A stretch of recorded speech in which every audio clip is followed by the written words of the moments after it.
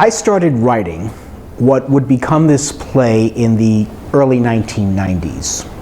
Since then, New York has changed quite a bit, so what was once reality has become a fantasy. So, let me take you back to a time where we doubled the bridge tolls, used the money to fix mass transit, and ended congestion. Well, now that's not going to work, I'm sorry. I mean, even a fantasy has to have some basis in reality. I mean, okay, doubling the bridge tolls, but everything else? Take two. Let me take you back to a time where the streets of Manhattan were meant only for cars, but you still couldn't find a parking space. A time when I, working as a real estate broker, tried to lease an office in One Times Square, that's the building where the New Year's Eve ball comes down, to a Broadway ticket broker who turned it down because he was too afraid of the neighborhood. A time when if you wanted to see a movie, you either had to go to a theater or rent one from a store, sometimes in 12 inches of snow. A time when if you went out for the evening, your phone stayed home. Hell's Kitchen. Actually, Clinton was known as Hell's Kitchen, and Dumbo was an elephant, not a place. Let me take you back to the time where I found an affordable apartment on the Upper West Side of Manhattan without really trying. I was born on a small island off the coast of New Jersey, more commonly known as Manhattan. At the time,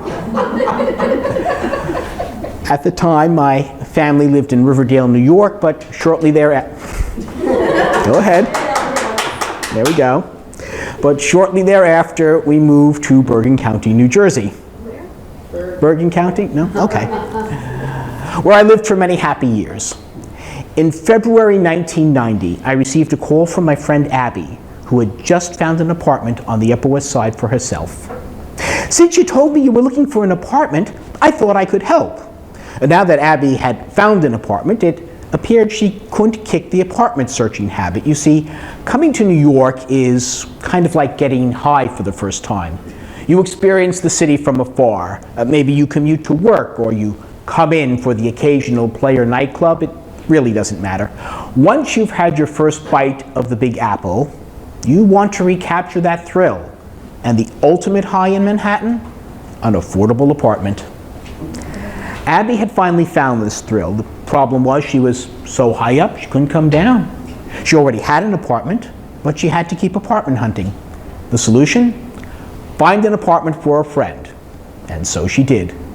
Now there are of course many places to find an apartment in Manhattan, but if you were a young single professional in the early 1990s or wanted to meet one, your optimal living quarters were on the West Side between 60th and 96th Street. Apartments in New York weren't cheap even then. I had seen studios not much bigger than a bedroom in my parents' New Jersey home going for close to $1,000 a month. Still, I had vowed to move out if I A, got married, B, made so much money that I had to buy a house or a condo as a tax deduction, C, reached my 30th birthday before the above had occurred. As my mother would often remind me at the time, I was not married. A house, although I was gainfully employed, was still a very expensive proposition and, in truth, illogical for a bachelor who would have to commute to the city every day. A condo or a co-op might have made more sense, but also expensive and, at the time, pretty hard to unload. Number 30, however, was just 9 months away, and though I actually hadn't planned to start looking just yet, given the apartment situation in Manhattan, or lack thereof, it made sense to check out Abby's discovery. So, I climbed into my 1979 Oldsmobile Cutlass Supreme, also known as Kid, and drove to the city. Abby had seen 3 postings on a bulletin board in her synagogue. The first was on 95th Street and Broadway. It was being leased by a doctor for $750 a month. Upon inspection, it turned out that the good doctor was using the apartment as an office, and he would have been happy to lease it to me if I were willing to stay away until 8 o'clock each weeknight. I could have the place to myself on the weekends, barring any medical emergency, of course. He pointed out that an exam table was a very comfortable place to sleep. When I inquired what I might do if I wanted to bring a girl home, he proceeded to pull a pair of stirrups out of the table. The second apartment was in a development in the 60s known as Lincoln Towers. A girl that Abby knew was moving to Israel, and she wanted to sublease her studio co-op for $1,000 a month. A little out of my price range, but worth looking into if for no other reason that it contained a Murphy bed. That is a bed that folds into the wall. And aside from the movies, where the bed would inevitably close with somebody sleeping in it, I had never seen one. So I went to look. It was nicely furnished, but a little frilly for my taste and a little disappointing. Not once had the Murphy bed ever closed with somebody sleeping in it. Now there went a perfectly good party idea out the window. The third apartment was being advertised by a broker by the name of Joseph, who before anything else informed me that his fee for finding the apartment would be $600. The apartment was on 96th Street, just off of Amsterdam. It was going for $750 a month. "One thing you should know," said Joseph, "the man you'd be leasing from, he married the woman next door. She has a larger and nicer apartment, so he moved in with her. But he wants to keep his stocks and bonds in the apartment you would be leasing, so you have to let him in once a month." Well, this seemed very strange, even for New York. Still, it was an apartment. It had a bedroom. The price was right, and it came furnished. So I went to have a look. I met Joseph, a man in his late 60s, or more likely his early 70s, in the lobby of the building. The building was not new, but it was nicely maintained. It stood 17 stories high, and while it didn't have a doorman, it did have a manually run elevator, which, in addition to the elevator operator, contained an attractive young lady named Rachel.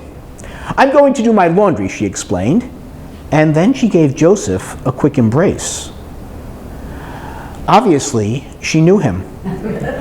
I couldn't help but wonder, could Joseph have arranged for this young lady to be in the elevator at that exact moment so that I'd be more inclined to take the apartment? Well, if that was his plan, I will have you know in no uncertain terms, it was working. We arrived at the apartment of Mr. and Mrs. Morris Hallen, an elderly Jewish couple. They were nice people. I was warmly greeted. Mrs. Hallen made sure that I knew that if I ever needed anything, especially a meal, I would be welcome. After a few minutes, I was beginning to wonder if I were coming to see an apartment or getting adopted. The apartment was lovely. The kitchen had a full 4-burner stove with an oven and a boiler. All right, that's standard for most kitchens, but not in Manhattan. In addition, the kitchen had a table sitting on an oriental rug. There were windows galore, and I tried to imagine the sun gently falling into the apartment as I arose in the morning. It was a high floor, and by a stretch of luck, there was a park across the street from me instead of a high-rise. This assured me a complete and unobstructed view of the high-rise that was 2 blocks away. But there was more. I could easily make out the neighborhood Blockbuster with its flashing lights. I had a clear view of the streets. Perhaps someday I would witness a mugging or a traffic accident. Maybe I'd see some innocent vehicle being towed by the Department of Motor Vehicles 55 seconds after the meter had expired. Yes, I could see all of this, and from a safe distance. Relatively safe. I entered the bedroom. There were 2 dressers, 2 beds disguised as couches, 2 windows, and 2 shelves, all sitting on a very pretty, if slightly dirty, or Asian rug. Only 1 air conditioner, but that would be plenty. There were also 2 closets, which was important because Mr. Hallen had decided that he needed the 2 closets in the hallway. He also decided that he needed the living room more than once a month. "I must have it all the time," he declared. "But But you won't really need it that often, whined Joseph the broker. Yes, but I want to have it. This is my work area. He smiled. I am retired, but I work harder than ever. He said this with a certain amount of pride in his voice and began to tell me the fascinating career of an engineering career that had taken him from Eastern Europe to the Arctic during World War II. Down to brass tacks, the heated negotiations. Joseph argued that I should get more consideration. He's a minority, the broker pointed out. You know, I'm still not sure what he meant by that. Either I was the only native-born American citizen in the room or the only one under 60. Compromise was finally reached. Mr. Holland got the living room and the closets, but if my parents ever came to visit me, they could stay on the bed in the living room. I stopped to consider the possibility of my parents leaving their comfortable New Jersey home to sleep on that tiny bed in the living room. Somehow, I was quite sure that this was one privilege I would not abuse. Still, I had the kitchen, the windows, the views, the furniture, the bedroom, and Mrs. Howland's promise that she would fix everything in the bedroom so that I would have enough space for everything. But for the first time in my life, I had something else, a home of my own.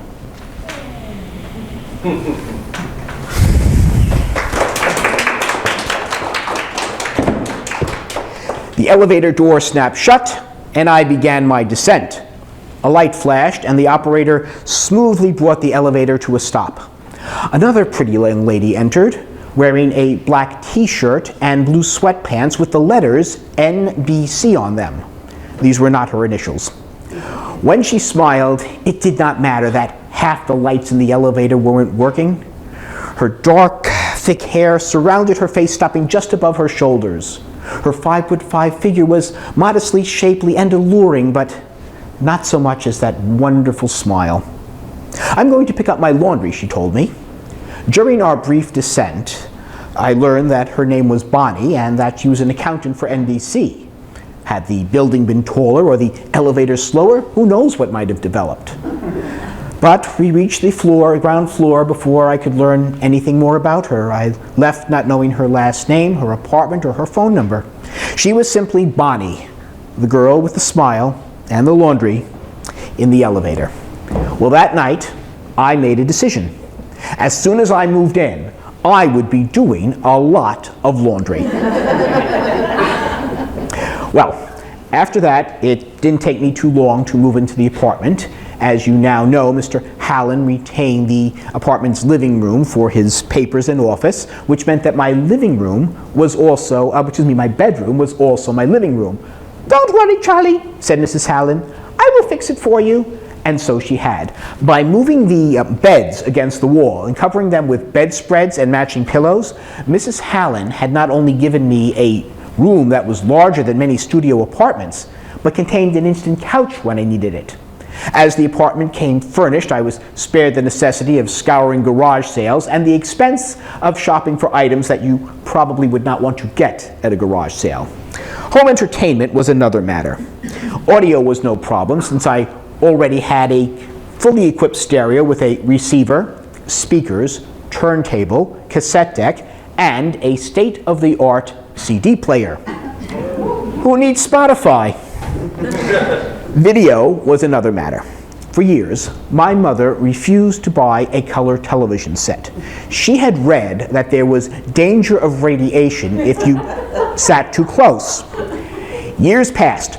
Color televisions became safer, and we finally bought one just as the words, "In stereo where available," began appearing on the screen at the beginning of each program. We took one more step into the present by acquiring our first VCR. Our loyal black and white Zenith was taken up to the guest room. It was that Zenith that now sat on my dresser.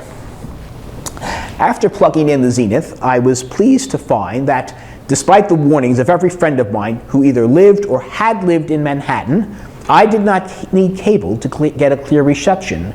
My 14-story apartment gave me enough clearance for a sharp black and white picture. All well and good, but I soon decided that I wanted more. I went shopping, and it wasn't long before I found what I wanted. The TV was a 20-inch Sharp. It was color, but it had a remote control. This meant I would never have to get too close and needlessly expose myself to any radiation, thus allowing my mother to sleep more soundly at night.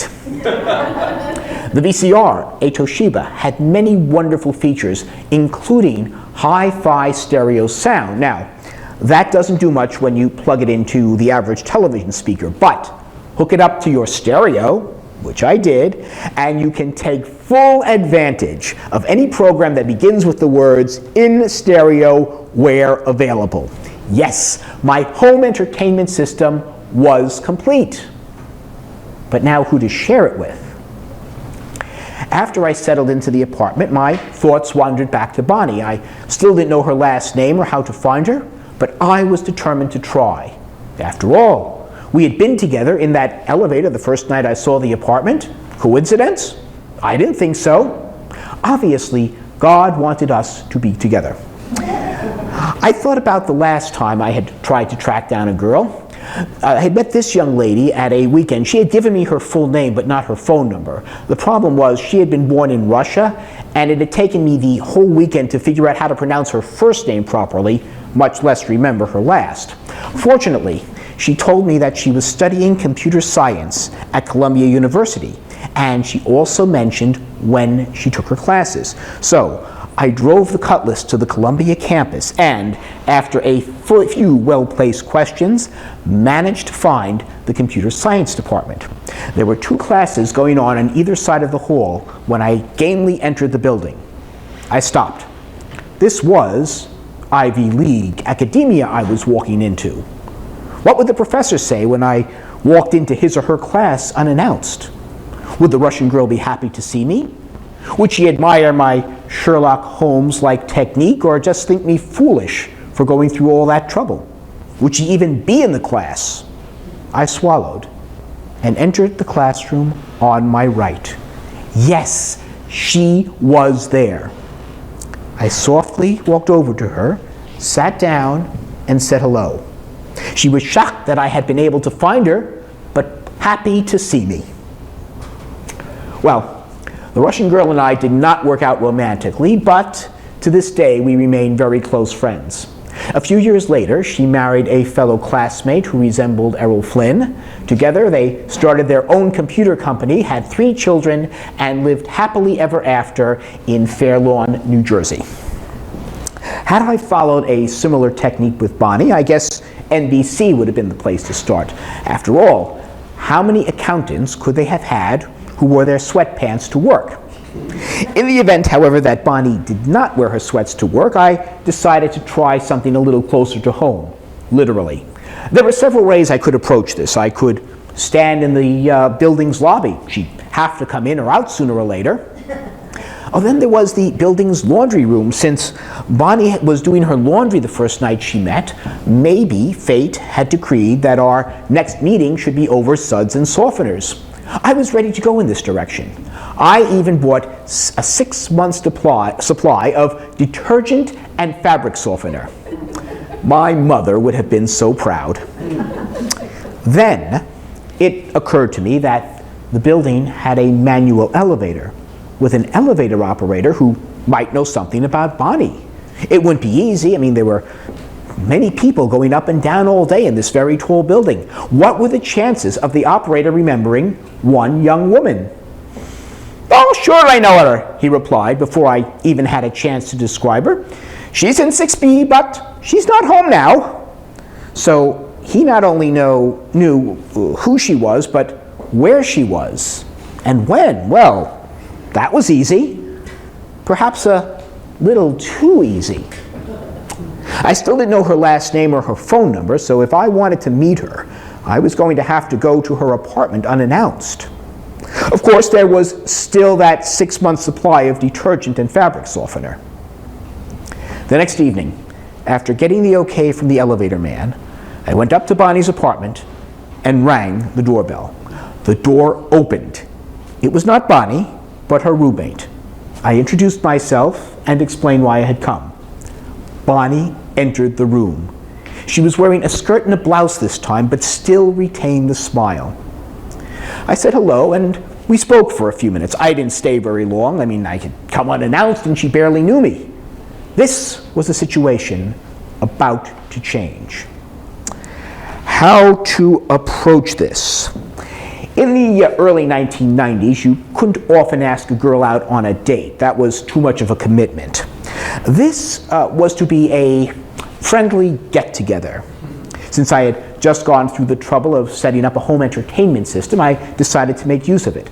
I invited Bonnie up to my apartment to watch the movie Crossing Delancey. Crossing Delancey is an Amy Irvin rom-com that it's all about an Upper West Side Jewish girl who, despite herself, falls in love with a Lower East Side pickle man. It is a lush and romantic film that, with a score that took full advantage of my VCR's stereo capabilities. Bonnie and I sat on the couch that was really my bed. Imagine our first evening together, and we were already in bed. Not long after that, I asked her out again. By now, I knew her phone number, where she was from, where she had gone to school. I even knew her last name. I cannot stress how important it is to find out as much as you can about a young lady's background. This is because on any given night, you may be talking to your mother, and as you are talking to her, you may mention that there is this girl you are seeing. Remember to use the word seeing. Dating is too much of a commitment. This begins the examination and cross-examination, if your father is on hand, on every aspect of the young lady's life, from where she's from to what she was wearing the last time you saw her. I have often thought about asking my mother to create a questionnaire that I could just hand to a girl, but for our second get-together, I took Bonnie to see a revival of The Sound of Music at Lincoln Center. Before the show, we went to a small kosher restaurant across the street from the theater. I arrived wearing my brown business suit, having just come from work. Bonnie arrived in a gray jacket and matching skirt, thus confirming my theory that she did not wear the sweatpants to work.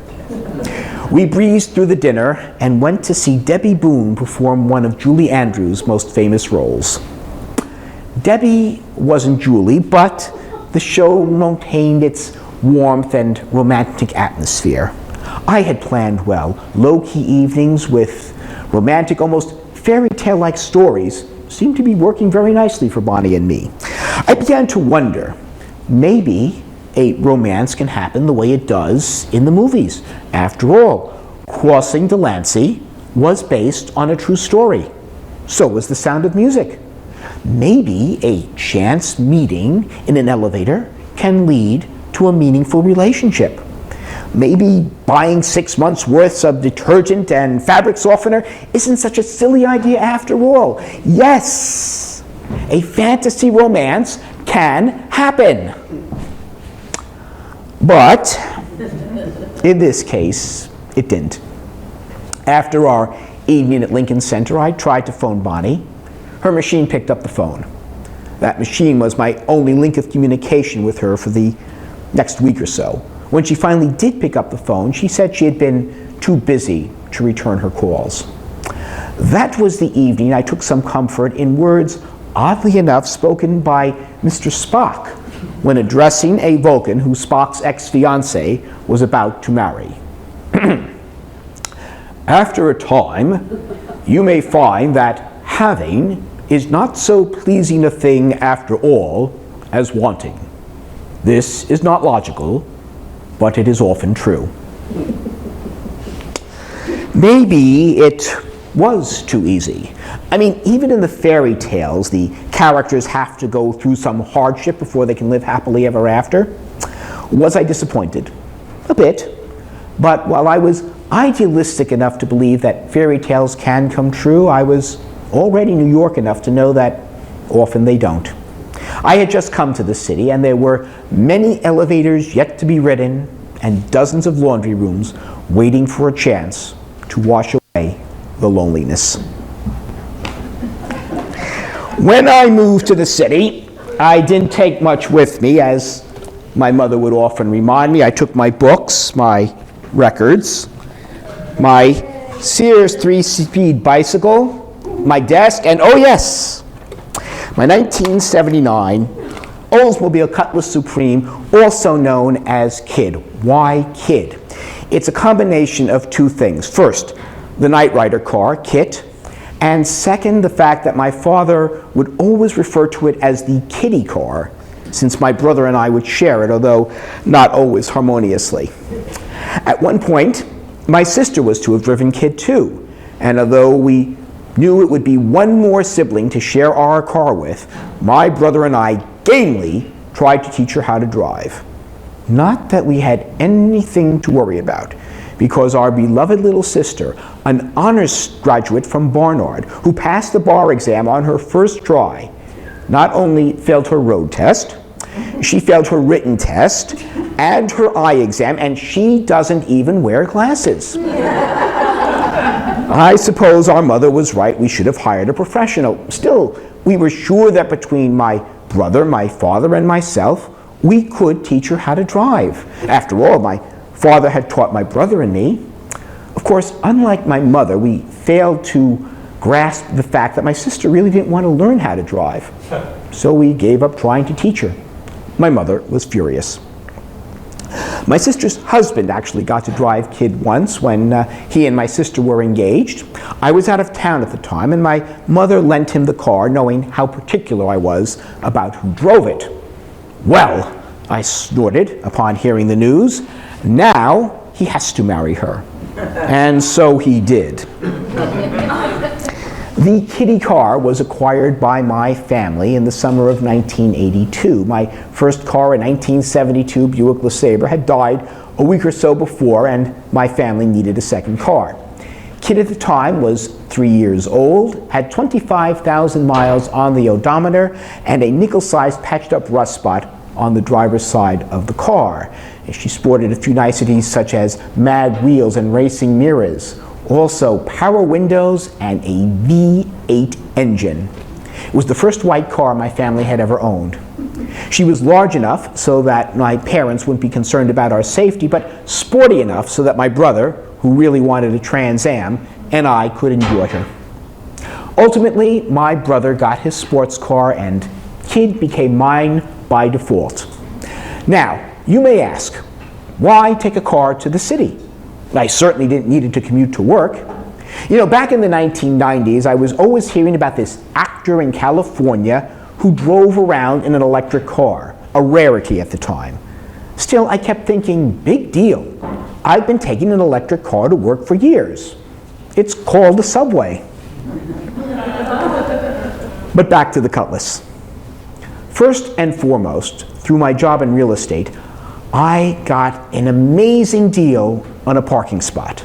Okay, it was 90 blocks away from my apartment, but a Manhattan parking spot is a Manhattan parking spot, and it was indoors. Still, it was a little confusing to my non-city dwelling friends. They'd say, "Hey, we're getting together, why don't you join us?" And I'd answer, "Well, it's not that easy." "Well, you still have the car, don't you?" "Yes, but we don't live together." Fortunately, the parking garage was near my office, so if I ever needed KID, I could pick the car up after work and drive it to the Upper West Side. Since I didn't have a parking space on the Upper West Side, I often had to leave KID on the streets. As a result, I became very adept at parallel parking.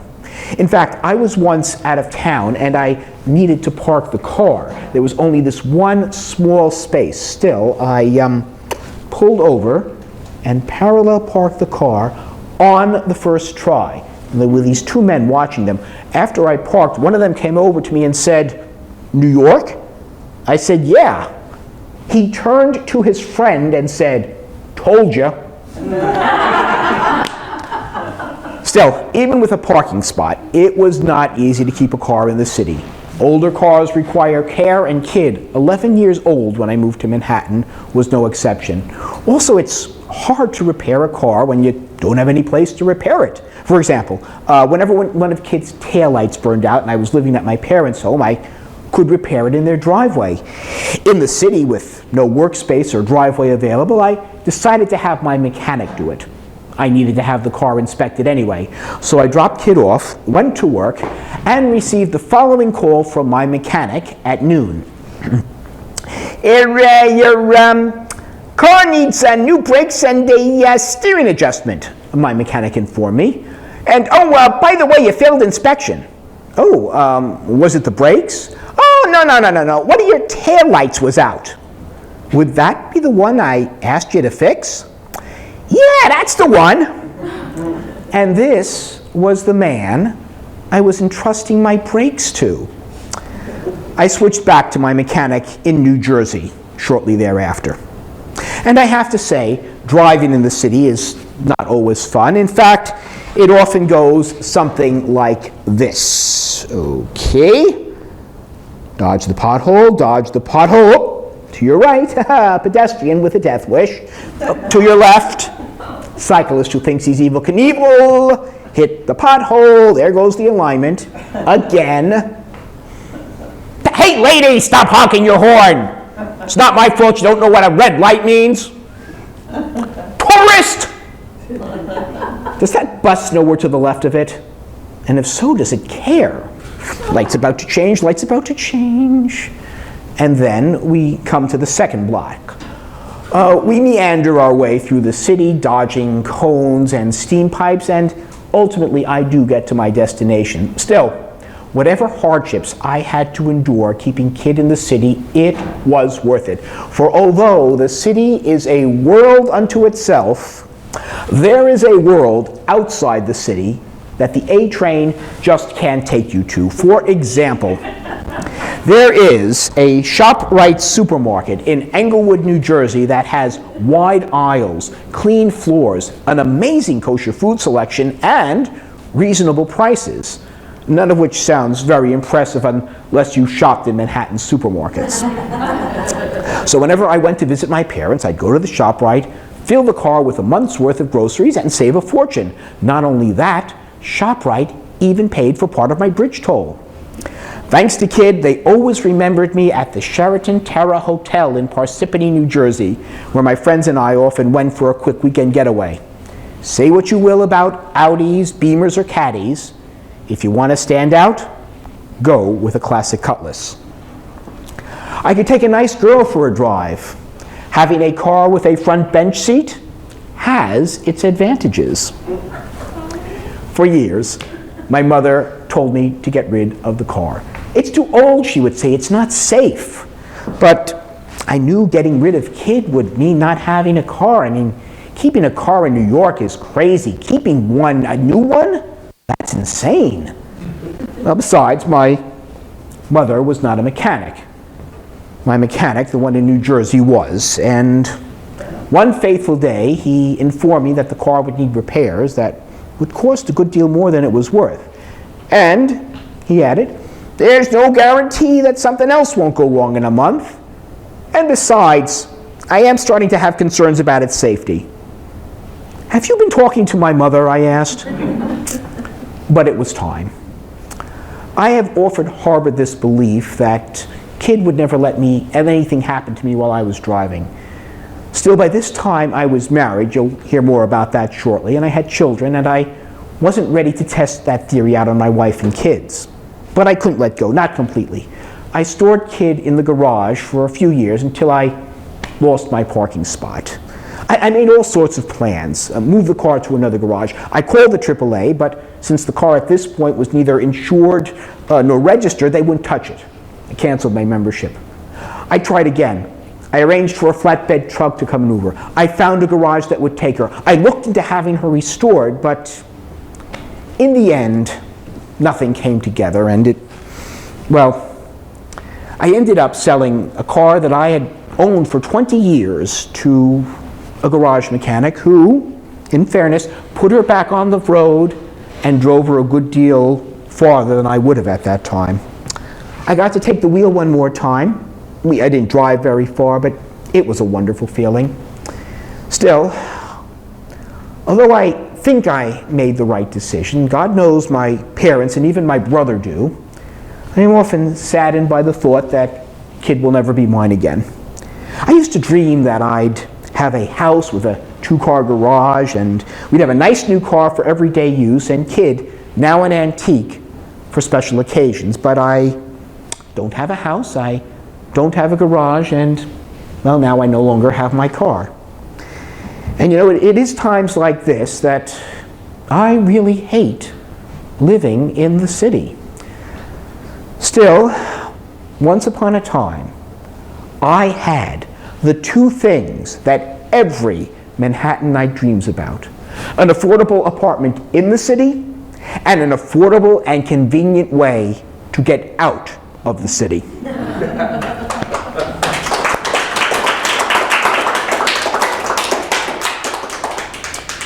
Since elevators and laundry rooms weren't working for me, a friend of mine suggested that I try a synagogue on West 95th Street called Ohev Tzedek.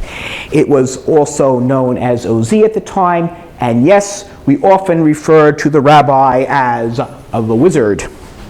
When I arrived in the city, Ohev Tzedek was undergoing a renaissance after years of being on the critical list.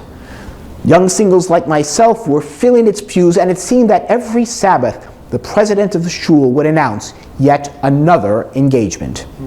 After the services, we would go downstairs for a kiddush, that is, a gathering with food and wine, and for the event that drew more of us to the synagogue than the services, mingling with the opposite sex. And mingle we did, downstairs in the kiddush, upstairs in the lobby, in the stairwells, on the sidewalk, sometimes spilling out onto the streets. Sometimes we could be innovative. One young couple would allow their male single friends to carry around their 6-month-old daughter to show potential spouses how good he was with children. Fortunately, she was a very friendly baby who was willing to give her all to the war effort. She had these big, beautiful eyes and this beautiful smile that she wouldn't hesitate to use. This little girl was the best icebreaker in the synagogue. She would give young women a look which seemed to say, "Hey girls, look, this nice man is holding me.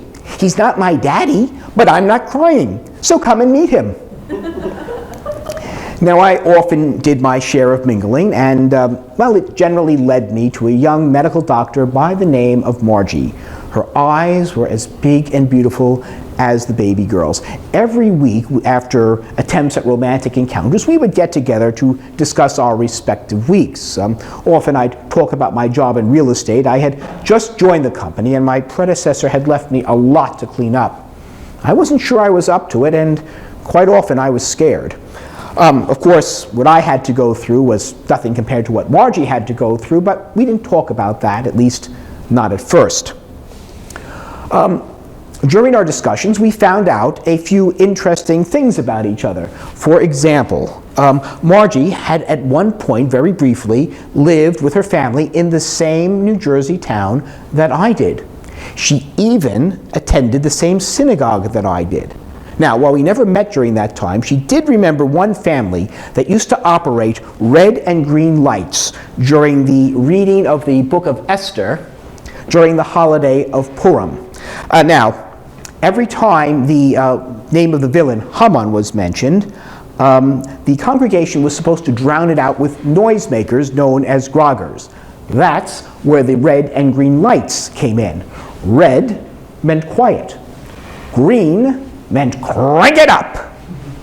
Well, Margie and her family thought that the red and green lights were the silliest thing they had ever seen.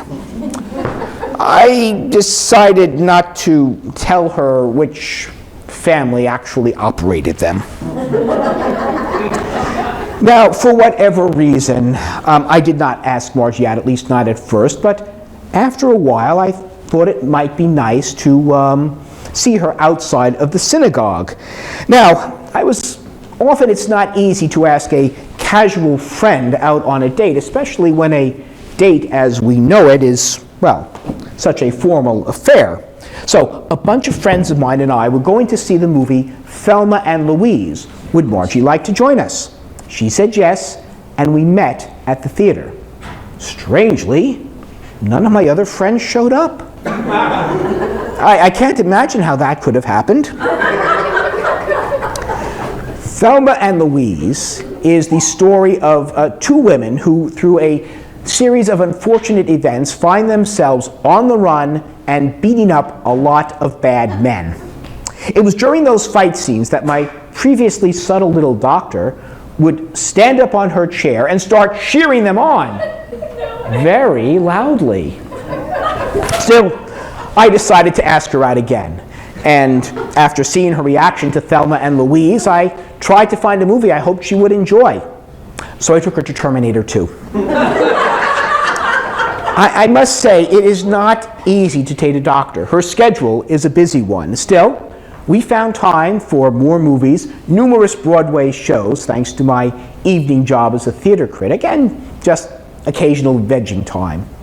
Well, eventually, I thought it was time to take our relationship to the next level. That's right, I introduced her to Kid. Now, I didn't think there would be any problem, and I was half right. Kid had no problem with Margie. Margie did have a little problem with Kid. In fact, at one low point in our relationship, she screamed at me, "You care more about that car than you care about me."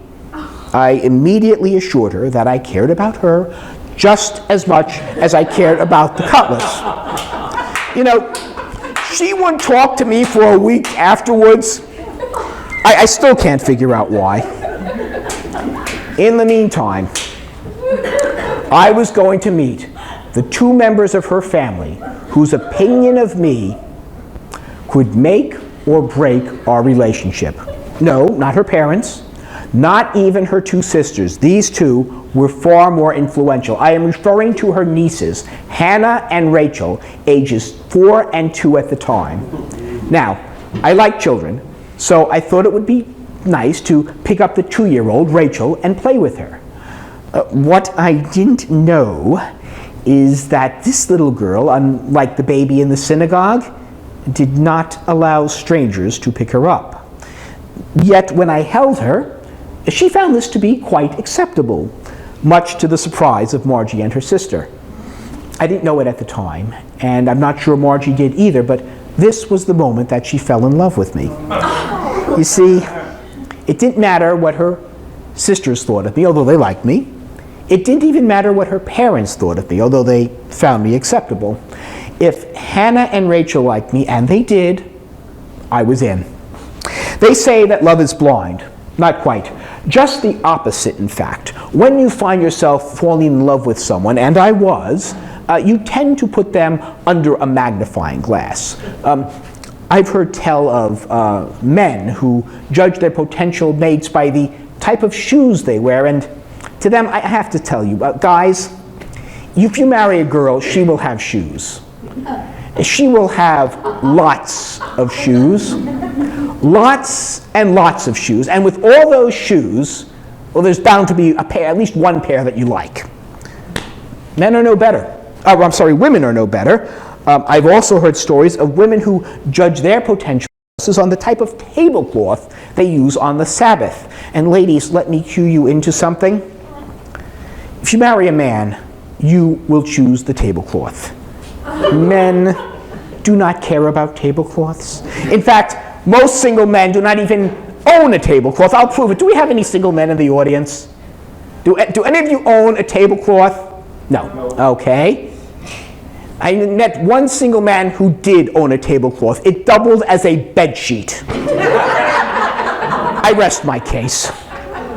Now, I have to say, I was not necessarily any better. Things that had not bothered me with a casual friend suddenly took front and center. For example, she was older than I was, although she certainly looked younger. She could be excitable at times. She made more money than I did. All right, that part I could live with. Oh, she tried to quiet me down if I'd laugh during a play or a movie. We'd go to a comedy. I'd start laughing, and she'd try to shush me. I mean, how come she can stand up and cheer every time Thelma and Louise hit someone, but I can't laugh at something? Still, being excitable about some things can mean being passionate about others. She wasn't that much older, and we could always sit on opposite sides of the theater. On the other side of the coin, she was smart. She finished college and medical school in 6 years. She was attractive, sociable, and I knew deep down that no one would ever care for me the way she did.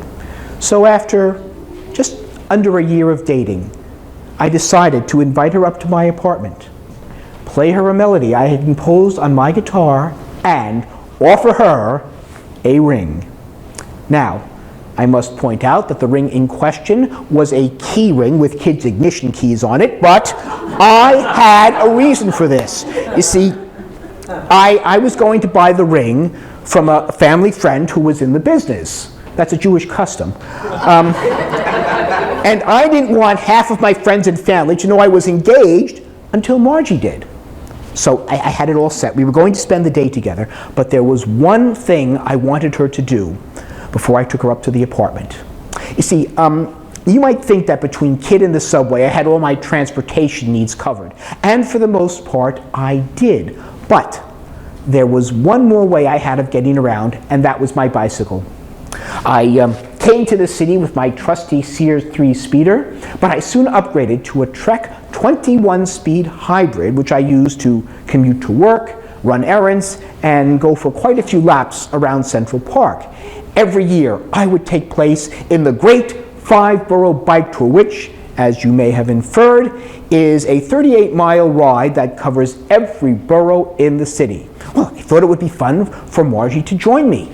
So we went to a bike shop where she bought a 21-speed Trek hybrid bicycle. And I thought, well, since she bought the bicycle, she must have known what I was up to. But she didn't, because she was too tired to come up to my apartment. So here I am, ready to pop the question, but I can't because I want to do it the way I planned. But for the next 2 weeks, she's too busy to come and see me. And on top of that, her sister's saying, he's not serious. You should move on. And Margie is thinking, oh great, I just bought a bike for nothing. But true love will conquer in the end, and let's face it, maybe it's not good for it to be too easy. Margie found a free night, I played her the song, and she said yes. And when all of our friends and family who should know knew, we bought the ring. Margie wanted to be a June bride. I had proposed in March. Not much time. So every Sunday we would jump into Kid and scour all across the city looking for just the right place to get married. I thought it would be fun to get married in a Broadway theater. Margie liked the idea of Central Park. So we tried to see if the Delacorte, which is a theater in Central Park, was available. Ultimately, after scouring all 4 corners of the earth and all 5 boroughs, we finally decided to get married in the synagogue where 20 years earlier, Margie had seen me operating the red and green Purim lights. After the wedding, despite the offer of a free stretch limousine, we took off in Kid to a hotel in Rhinebeck with a jacuzzi and a fireplace in the bedroom and a lake right outside. We spent the second night of our marriage in Margie's apartment, the third night in my apartment, and the fourth night in our new but still affordable apartment on the Upper West Side. Yes, for one brief shining moment, we were the proud renters of 3 affordable apartments on the Upper West Side of Manhattan. Oh, and that bicycle that Margie bought? Well, in 2.5 decades of marriage, it's been ridden 6 times. Since then, we started a family, watched our Upper West Side neighborhood flourish, and seen affordable apartments become a thing of the past. I often wonder if staying in the city was a good idea. I miss my Cutlass. I miss having a basement and a backyard, and I'm pretty sure that the sequel to this play will not be called How I Found an Affordable Townhouse. So why did we stay? Well, you know, at times I'm not sure myself, but let me tell you one last story. New York loves a parade. And we have many. We have the St. Patrick's Day Parade, the Puerto Rican Day Parade, the Pride Parade. When we want to honor someone, we give them a ticker tape parade down Wall Street. Once, we even had a Disney parade, during which I held my daughter, age 2 at the time, on my shoulders throughout. But of all the parades, there are two that have always had a special meaning to me. One is the Israeli Day Parade, which, as you may have inferred, celebrates the State of Israel. It is this parade that attracts members from all branches of the faith, and the question is whether to watch it or whether to march in it. Now, although the parade has attracted Jews of all sorts, in recent years, it has also attracted non-Jews marching in it, and it's very easy to tell the Jewish paraders from the non-Jewish paraders. If the marchers are marching to the sound of a brass band with horns, drums, and neatly pressed uniforms, they're not Jewish. If the marchers are doing something that vaguely resembles marching to the tune of an electric guitar, piano, or accordion, they're Jewish. But the parade that New York is truly famous for is the one that comes down either Broadway or 6th Avenue every Thanksgiving. I am referring to the Macy's Parade. And it is this parade that has been a part of my life I can remember. It is family legend that my uncle spaced out the birth of his 5 children in just such a way so that he'd always have an excuse to come to the parade. My siblings and I were very lucky in that Macy's was a client of his advertising agency. This assured us tickets to the parade every year, and one year we even got to sit in the grandstand, an event I remember as much for the parade itself as for walking through Macy's afterwards. It was fascinating to walk through Macy's when the store was closed. Perhaps the most interesting part may have been that the escalators, always a big attraction to a small child, were not running. Every year they have all sorts of interesting things. I remember one year the Popeye balloon passed us and then veered off to the side where it would remain for the rest of the parade. Smokey the Bear came shortly thereafter, and I remember trying to convince my brother that Smokey, in an act of fire safety prevention, would take Popeye's pipe from him as he passed. One year, they had Evel Knievel in the parade. He rode his motorcycle and did a few wheelies. At that time, Ideal Toys had come out with an Evel Knievel action figure on a toy motorcycle. You'd crank up the motorcycle and it would jump over things. I mention this because at the time I saw the parade, I had no idea that Evel Knievel was a real person. I thought that the guy in the parade was somebody who had been paid to dress up like the toy. The year the movie Chitty Chitty Bang Bang opened, they had a float with a Chitty car on it. The year Chitty opened on Broadway, they had the car itself. Every year you could see all sorts of amazing things. Marching bands, that was often the boring part. Floats, some of which I learned to recognize, like the turkey with the blinking eyes or the tortoise and the hare who were forever racing each other. There were celebrities, of course, but that was always a small part of the parade. Well, the life-size celebrities at any rate. The real celebrities of this parade were those wonderful balloons, and there have been many. I remember the ones I grew up with, Popeye, Bullwinkle, Donald Duck, Underdog, who was very popular with the parade, even after his TV show had been canceled. I guess we do have some Underdog fans here. I've always had a special affection for the Macy's Dragon because he and I came into the world the same year. Most of the balloons these days are based on cartoons, but did you know that there has only been one balloon based on a real person? It's true, it was Eddie Cantor, who kind of looked like a cartoon. Years ago, they used to let the balloons go and offer a reward to people who could find them. They don't do that anymore, which is probably just as well. My wife and I still go to the parade when we can. We take our kids with us, but unlike my uncle, we admit that we would be happy to go without them. We have a special space that we go to see the parade, and we bring a stepladder so that we actually can see the parade. One year, I brought my camcorder. to make things a little interesting, I also bought a microphone, plugged it into the camcorder, and had my daughters do commentary.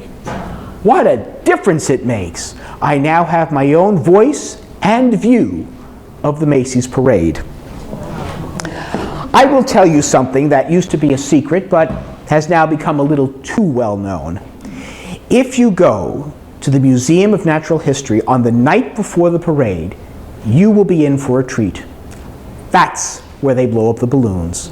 Now, if you get there too early, all you'll see are some vinyl-colored blobs. If you get there too late, they won't let you in.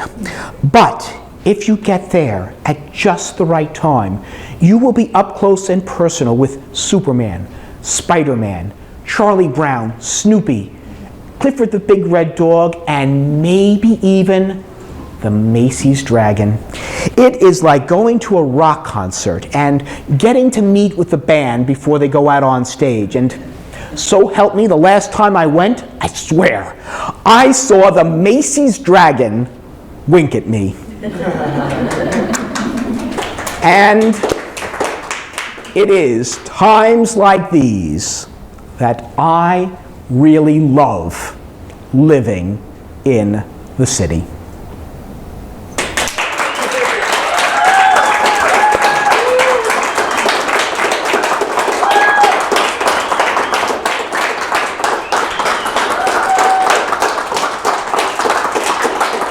Thank you very much.